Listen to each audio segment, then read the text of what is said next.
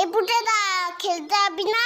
সবাই তোর জন্য ওয়েট করছে। যাবো দাঁড়া, ভাতটা খেয়ে নি। তুই আয় এখানে বস।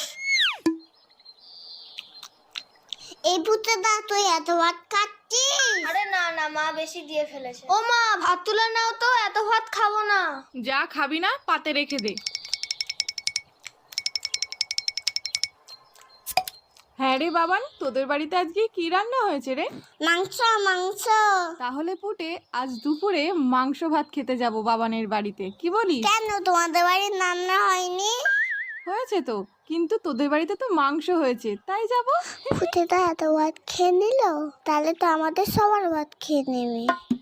হ্যাঁ মা, যাবো যাবো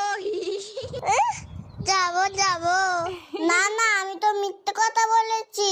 বাবা তো পচা কাতলা মাছ এনেছে বাজার থেকে। আমি এখন যাই, সবাই আমাকে খুঁজে